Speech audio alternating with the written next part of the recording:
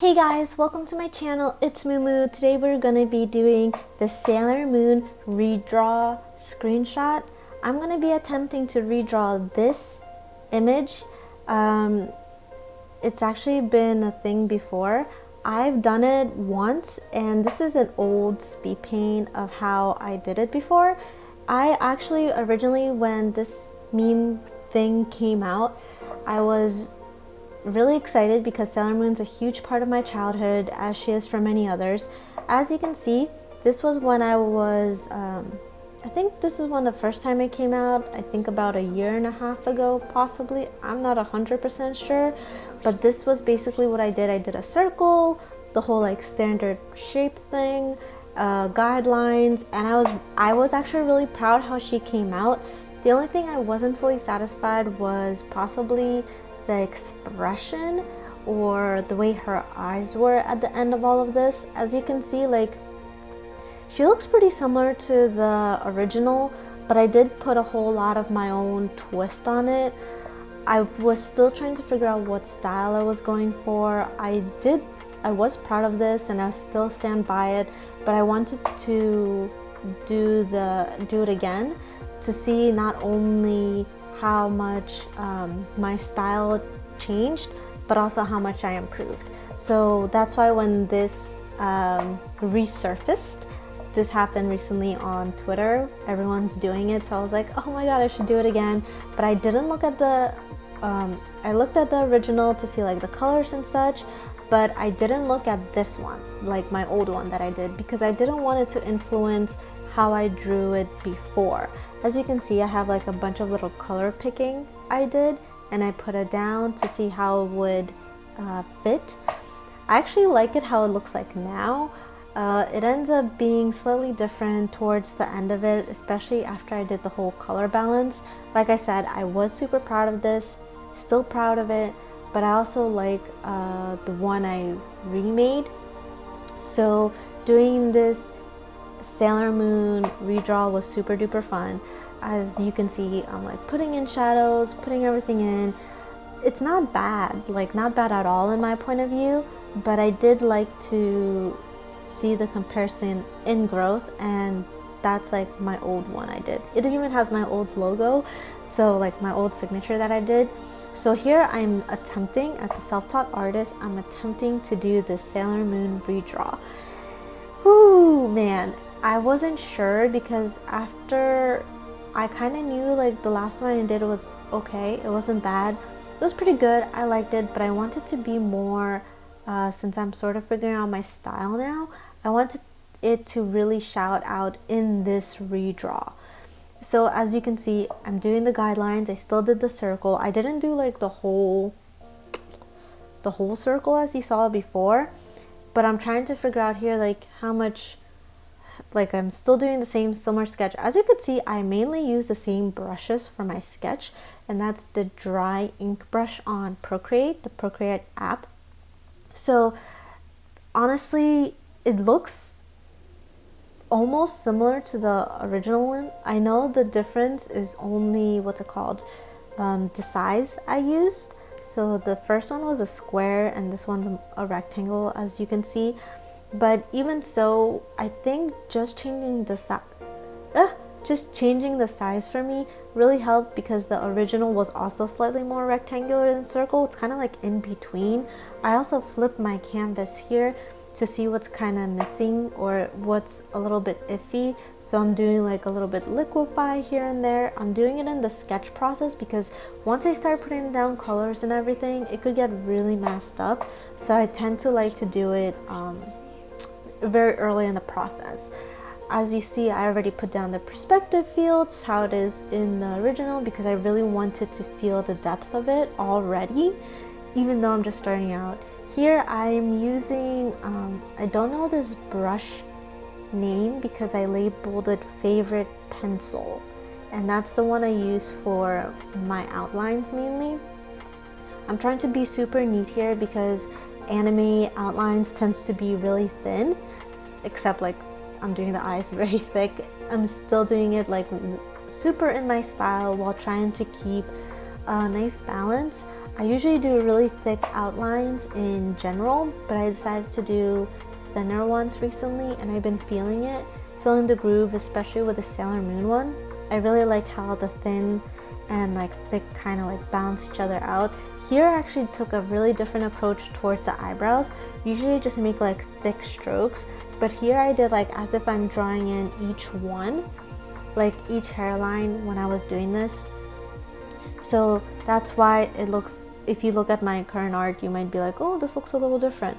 Don't forget to subscribe and like if you're already liking how this is going. But yes, basically this is just going through it, outlining the process. I was having an issue with her pigtails, like how her hair would flow. That technical hair is usually like sometimes a problem for me, but I eventually figured out I do like how it ends up going. I'm using the reference like off screen when I was doing this, so that's why the hair looks a certain way, because I was trying to really reference the original.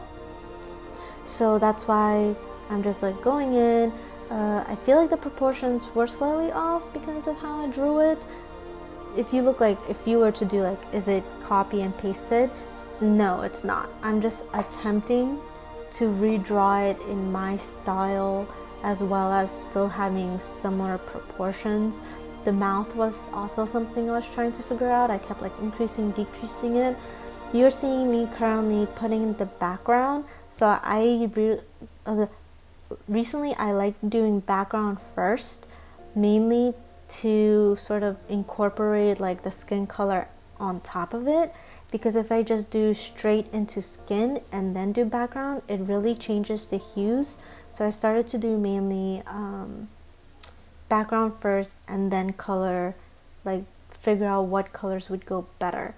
And that has been able to help me kind of like make it more unified as an illustration itself. So that's what I'm doing. I try to pick up colors now closer to how the original was, not how I first redrew it, because later I looked and I did compare and the colors were slightly drastically different.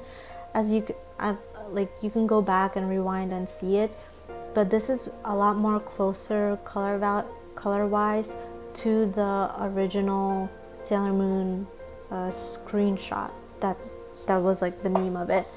So now I'm like putting in the eyes because I wanted to see where the eye reflection should be before I was going all in. I'm also doing grayscale because I want to see here where I should have the popping out, so that everything is still really nice fluid, but then you could still see her as the subject and she's not just blending in with the surrounding. So that's why checking your values is really important. I learned that from a good friend. Thank you, Astral Berry. He has a YouTube channel, so check him out too. I'll link him below. But yeah, values are very important because it could look nice and colored, but then if it all starts blending in, you kind of lose, like the eyes lose focus. So that's why I believe I do grayscale a few times here, two to three maybe, after I like start putting things in. So usually for me it depends if I'm doing skin first or if I'm doing other things first.